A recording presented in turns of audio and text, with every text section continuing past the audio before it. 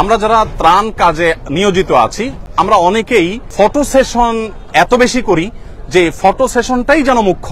এটা খুবই দৃষ্টিকটু। ইসলামী দৃষ্টিকোণ ভাই জানতে চেয়েছেন, আমি সে আলোকে যদি বলি, ইসলামী দৃষ্টিকোণ থেকে মানুষকে দেখাবার উদ্দেশ্যে কোনো কাজ করলে সেটার কোনো রিওয়ার্ড আল্লাহর কাছে আর পাওয়া যাবে না, বরং সেটা ভালো করতে গিয়ে আরো খারাপ হওয়ার সম্ভাবনা আছে। বিশেষ করে বন্যার ক্ষেত্রে আমরা বলি যে বন্যায় ধনী গরিব একাকার হয়ে যায়। এখানে একজন মানুষ হয়তো তার ছেলে প্রবাসে থাকে, তার বাবাকে যদি আমরা ত্রাণ দেওয়ার সময় ছবি তুলি, ভিডিও করি, অনেক বেশি ফটো সেশন করি, ছেলে দেখে নিশ্চয়ই সেটা তার কাছে ভালো লাগে, কাজ করবে না। এই জন্য আমি আপনাদের মাধ্যমে বিনীতভাবে আহ্বান করতে চাই, যারা ফিল্ডে কাজ করছেন তারা যেন এই কাজটা না করেন। আজকের দিনে অন্তত তিনটি মেসেজ আমি আমাদের টিমকে দিয়েছি, অর্থাৎ আমাদের টিম যারা কাজ করছে তাদের আমি বলেছি যে খবরদার ফটো সেশন নির্ভর কাজ যেন না হয়। হ্যাঁ, কিছু ফটো আমাদের নিতে হয় আমাদের ট্রান্সপারেন্সির জন্য, যেহেতু আমরা সোশ্যাল মিডিয়ার মাধ্যমেই ফান্ডটা পাচ্ছি, অতএব সোশ্যাল মিডিয়াতে তো আমাদের জানাইতে হবে। আমাদের অনেকে বলছেন ভাই অমুক এলাকায় কোনো কাজ হচ্ছে না, অথচ সেই এলাকাতে স্টিল আমি নিজে আসি, তখন আমাকে মেসেজ করা হচ্ছে ভাই এই এলাকাতে আপনাদের কোনো টিম যায় নাই। আমি বললাম আমি স্টিল ওখানে দাঁড়িয়ে আছি। এখন আমি যে দাঁড়িয়ে আছি এটা প্রমাণ করার জন্য তো ওখানকার কিছু ছবি, কিছু ভিডিও আমাদেরকে দিতে হয়। এটা হলো আমাদের ডোনারদের কাছে আমাদের যে জবাবদিহিতার জায়গাটা, সেটাকে পরিষ্কার করবার জন্য। কিন্তু এখানে আমরা চেষ্টা করি কোন উপকারভোগীর ছবি যদি আমরা প্রচার করি যথাসম্ভব ব্লার করে দেওয়ার। হ্যাঁ, এর বাইরে কাউরটা প্রচার করলে আমরা জিজ্ঞেস করে নেই যে আপনার ছবি আমরা প্রচার করতে পারে। অনেকে খুব খুশি মনে বলেন, নিজেই ফটো সেশন করেন যে হ্যাঁ আমার ছবি সহ যাক, কোনো অসুবিধা নেই। তো আমরা দায়িত্বশীলতার রক্ষা করার চেষ্টা করছি। তারপর আমি আহ্বান করব আমাদের টিম মেম্বারদেরকে, আমরা বলি অন্যদেরকে আহ্বান করব যে আমরা যেন এই ত্রাণ দিতে গিয়ে অন্তত ফটো সেশনটা খুব বেশি না করে ফেলি, প্রয়োজনের বাইরে যেন না করি, এটা আমাদের না করা উচিত। গত গণঅভ্যুত্থানে যারা আহত হয়েছিলেন ওইটার কোনো আপডেট আছে কিনা? এখন আমরা বন্যার পাশাপাশি জি ধন্যবাদ। আমাদের প্রত্যেকটা প্রজেক্ট কিন্তু চলমান আছে। একটা প্রজেক্ট আমাদের একটু ক্ষতিগ্রস্ত হয়েছে, সেটা হলো আপনারা জানেন আমরা 3 লক্ষ বৃক্ষরোপণের পরিকল্পনা করেছি। আমরা প্রতি বছর কিন্তু বৃক্ষরোপণ করি, এবছরই না শুধু। 3 লক্ষ বৃক্ষরোপণের এই প্রজেক্টটি আমাদের 1 লাখের কাছাকাছি এসে থেমে গেছে, কারণ তখন থেকে দেশে এই আন্দোলনের কারণে আর এই কাজটা আমরা চালাতে পারিনি।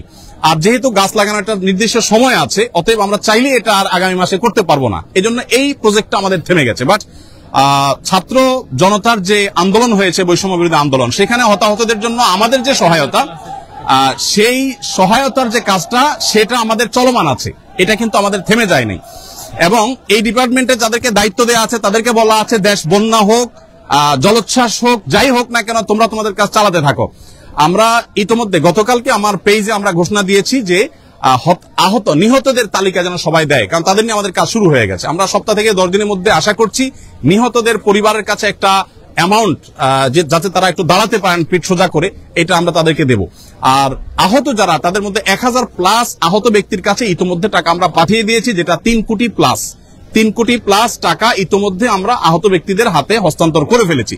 আর বাকি 1000+ আবেদন এর টাকা আমাদের প্রক্রিয়াধীন আছে, যেটা চলে যাবে খুব শীঘ্রই। তো হতাহতদের জন্য সহায়তার যে কাজটা, এটা আপন গতিতে চলছে। আমাদের এই ত্রাণ কার্যক্রমের কারণে সেটা কোনোভাবে বাধাগ্রস্ত হচ্ছে না, ওইটা সঠিকভাবে চলছে।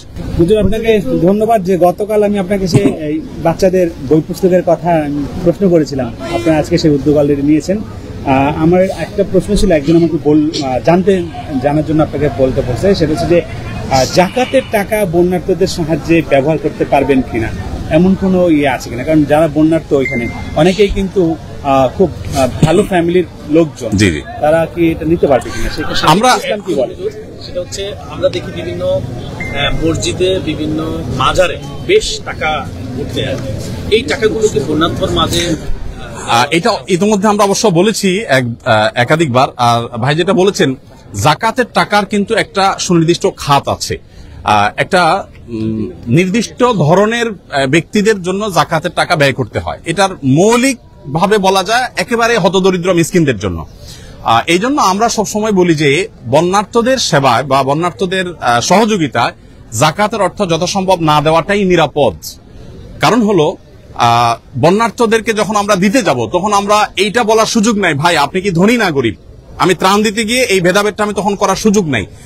বাট আমাদের জেনারেল যে জাকাত দিতে যায়, তখন কিন্তু আমরা একটা ফর্ম দেই, সেই ফর্মের তথ্য উপাত্ত নেই, তার কি অ্যাসেট আছে না আছে, ওইটা আমরা নিরূপণ করি। এখানে যেহেতু সেই সুযোগ থাকছে না, এই জন্য আমরা বলি যদি কেউ জাকাতের টাকা এখানে দেয়, তাহলে তার একটা পার্সেন্টেজ 30 বা 40% টাকা তিনি যেন মাইনাস রাখেন, অর্থাৎ 100 জনকে ত্রাণ দিলে তার 30 বা 40 জন হয়তো বা তিনি জাকাতের হকদার না, এটা মানে সর্বোচ্চ এর বেশি হওয়ার সম্ভাবনা কম আমাদের অভিজ্ঞতার আলোকে। সেজন্য বলি এটা বাদ দিয়ে রাখতে। অর্থাৎ জাকাতের টাকা ত্রাণের ক্ষেত্রে যদি জেনারেল ত্রাণের ক্ষেত্রে দেন তাহলে একটু হিসাব করে দিতে হবে। আর যদি পার্টিকুলার কোনো গরিবকে আপনি দেন তাহলে কোনো হিসাবের দরকার নেই, জাকাতটা আপনি দিতে পারবেন। অর্থাৎ একজন গরিব আপনি জানেন আপনার এলাকার বা কারোর মাধ্যমে আপনি নিরূপণ করতে পেরেছেন যে তিনি আসলে জাকাতের হকদার, তার আসলে কিছু নাই, তো তাকে অবশ্যই আপনি ত্রাণের টাকা জাকাতের টাকা থেকে দিতে পারবেন। ধন্যবাদ। আমাদের 100 কোটি প্লাস ফান্ড আমাদের কাছে ইতিমধ্যে এসে পৌঁছেছে এবং আমরা এ পর্যন্ত ওই টাকাটাকে খরচ করার একটা পরিকল্পনা দাঁড় করিয়েছি। খাদ্য সামগ্রীতে 30 কোটি, আমাদের শিক্ষার জন্য 20 কোটি এবং পুনর্বাসনের জন্য 30 কোটি এবং ব্যবসায়ী যারা ক্ষতিগ্রস্ত হয়েছেন, ক্ষুদ্র ব্যবসায়ী এবং কৃষক যারা ক্ষতিগ্রস্ত হয়েছেন তাদের জন্য 30 কোটি টাকা খরচ করার পরিকল্পনা হাতে নিয়েছি। এর বাইরে পরবর্তী কোনো দুর্যোগ হলে সেটা যেন আমরা মোকাবেলা করতে পারি বা সেটা যেন খুব বেশি ভয়াবহ রূপ নিতে না পারে, সেটার জন্য আমাদের একটা আলাদা প্রজেক্ট আছে। সেটার এখন আমরা চূড়ান্ত করতে পারিনি যে সেখানে আমরা কতটা খরচ করবো, এটা নির্ভর করবে ফান্ড আর কি আসছে না আসছে। তবে আমরা খুব শীঘ্রই ফান্ড নেওয়া বন্ধ করে দিব। আমাদের এই যে পরবর্তী কার্যক্রম হবে সেটা আমরা কিভাবে করব, আমরা অন্যান্য প্রজেক্টগুলো যেভাবে করি যে প্রত্যেকটা প্রজেক্টে আমরা উপকারভোগী নির্বাচনের জন্য কয়েকটা লেয়ারে আমরা কাজ করি। প্রাথমিকভাবে আমরা গুগল ফর্ম দিয়ে অনলাইনে বলি যে আপনার আশেপাশে যারা আছেন দুর্গত অভাবগ্রস্ত তাদের তথ্য দেন। যেমন বৈষম্য বিরোধী ছাত্র জনতার আন্দোলনে যারা মারা গেছেন তাদের জন্য আমরা ইতিমধ্যে বলেছি যে আমরা 5 কোটি টাকা বাজেট আমরা দিয়ে দিয়েছি, আরো 5 কোটি টাকা করার আমাদের স্বপ্ন বা পরিকল্পনা আছে। তো এইখানে কাজ করবার জন্য আমরা গুগল ফর্ম দিয়ে দিয়েছি যে আমরা কোনো লোক নির্বাচন করব না, আপনারা সাধারণ মানুষ সারা দেশ থেকে তথ্য দেন। তথ্য দেওয়ার পর এই বন্যার ক্ষেত্রে একই আমরা তথ্য নিব। তথ্য দেওয়ার পর যে সমস্ত স্টুডেন্টরা আছেন, কলেজ ইউনিভার্সিটি পড়ুয়া স্টুডেন্টরা আছেন, তারা অনেকে আমাদের স্বেচ্ছাসেবী, তাদেরকে আমরা এলাকায় পাঠাবো এই তথ্যগুলো ভেরিফাই করার জন্য। প্রত্যেকটা তথ্যের সাথে বাস্তবে মিলানোর পর তারা সুপারিশ করবেন, স্থানীয় ইমাম সাহেবরা সুপারিশ করবেন। এর পরের ধাপে এসে আমরা ইমপ্লিমেন্টেশন যাব, অর্থাৎ তাদেরকে উপকারভোগী আমাদের সেই সেবাটা আমরা তাদেরকে দেব, যাতে করে উপযুক্ত ব্যক্তি পান। এখানে মাঝখান থেকে কোনো সুবিধা যেন নিতে না পারে অবৈধভাবে অনৈতিকভাবে, সেজন্য আমরা খুবই সচেষ্ট। তো এই হলো মোটামুটি আমাদের কার্যক্রম। একটু ছোট করে শেষে দিয়ে জানতে চাই, এই যে দেশবাসীর ভালোবাসা, এই যে আস্থা, আসুন্নাহ ফাউন্ডেশনের উপরে যে আস্থা ভালোবাসা, একটু দেশবাসীর উদ্দেশ্যে কি বলবেন? দেখুন, আসুন্নাহ ফাউন্ডেশন শুরু থেকে এ যাবৎকালে যেভাবে কাজ করে আসছে সেটা অত্যন্ত ক্লিয়ার এবং পরিষ্কার। আমার মনে হয় এই কারণে সাধারণ মানুষ আমাদের প্রতি আস্থা রাখেন। আমরা প্রতিটা প্রজেক্ট ঘোষণা করার সময় পাবলিকলি ঘোষণা করি, আবার ক্লোজ করার সময় পাবলিকলি ঘোষণা করে আমরা ক্লোজ করি। আমরা কোনো পার্সোনাল ব্যক্তিকে সহযোগিতা করি না। আজকে আমার কাছে এক ভদ্রলোক এসেছেন, তিনি অন্ধ সহযোগিতা চেয়েছেন। আমি বললাম, বাবা, আপনাকে আলাদা করে যদি আমি সহযোগিতা দিই তাহলে আরো 10 জন অন্ধ আছে, তারা কি দোষ করেছে? তখন এখানে প্রশ্ন আসবে যে আমি আপনার প্রতি আলাদা কোনো পার্সিয়ালিটি করলাম কিনা। এই জন্য আমরা কোনো কাজ করলে সোশ্যাল মিডিয়াতে বলি, ভাই, সারা দেশের মানুষ যে কেউ আবেদন করতে পারবে, আপনারা সবাই আবেদন করেন, আমরা ভেরিফাই করে যার আবেদন সঠিক আছে আমরা তাদেরকে দেব। তো এই কারণে হয়তো সাধারণ মানুষের আস্থা তৈরি হয়েছে যে আমরা যেটাই করি সেটা ক্লিয়ার কাট করি এবং পাই করে হিসাব আমরা দিয়ে দিই। এবং আপনাদেরকে একটু বলে রাখি প্রসঙ্গত, আসুন্নাহ ফাউন্ডেশনের অফিসিয়াল কাজে যখন আমরা আমাদের নিজেদের গাড়ি ব্যবহার করি বা আমরা যাই, আমি 2বার কিন্তু এর মধ্যে ফেনী গিয়েছি, লক্ষ্মীপুর গিয়েছি, এর দুবারে কিন্তু আমি আমার গাড়ি নিয়ে গেছি, আমি তেল ভরে গিয়েছি, কোনো ভাউচার ফাউন্ডেশন জমা দেয়নি। এটা প্রসঙ্গত বললাম। আমাদের ফাউন্ডেশনের মেমোরান্ডামে আছে যে আমাদের ট্রাস্টি বোর্ডের secretary general Sabbir Ahmad, computer engineer, সে আমাদের পুরো টিমের, শুধু আমরা না, আমরা মরে গেলে এই পদে যারা আসবেন আমাদের রীতিমতো লেখা আছে যে কোনোদিন কেউ কোনো প্রকার কোনো পকেট মানি, কোনো বেতন, কোনো ভাতা, কোনো হাত খরচ, কোনো কিছু আসুন্নাহ ফাউন্ডেশন গ্রহণ করতে পারবে না। যে নিজে চলতে ক্যাপাবল সে এখানে আসবে এবং আল্লাহর জন্য এই কাজটা করবে। শুধু আমরা নই, এখানে যারা স্বেচ্ছাসেবা দিচ্ছেন একজন লোক নাই যাকে আমরা টাকা দিয়ে নিয়েছি, অর্থাৎ প্রত্যেকে আল্লাহর জন্য করছে। যেখানে মানুষ আল্লাহর জন্য স্যাক্রিফাইস করে সেখানে আসলে আস্থার জন্য আর কোনো কিছু প্রয়োজন হয় না। আমার মনে হয় সেই কারণে মানুষের আস্থা তৈরি হয়েছে। আর বিশেষ করে এইবারে যে স্বতঃস্ফূর্ততা, সেটা আমরা টিএসসিতেও দেখেছি, এখানেও দেখি, সব জায়গায় দেখেছি। আমার মনে হয় একটা সময় মানুষ ডোনেশন করতে ভয় পেত যে আমি ডোনেশন করে আবার কোন বিপদে পড়ি, যে হুজুর মানুষকে দিলাম, ধর্মীয় প্রতিষ্ঠানে দিলাম, আবার কোনো ঝামেলা হয় কিনা। এই ভয়টা মনে হয় কেটে যাওয়ার কারণে মানুষ স্বতঃস্ফূর্ত অনেক বেশি হয়ে গেছে। ধন্যবাদ।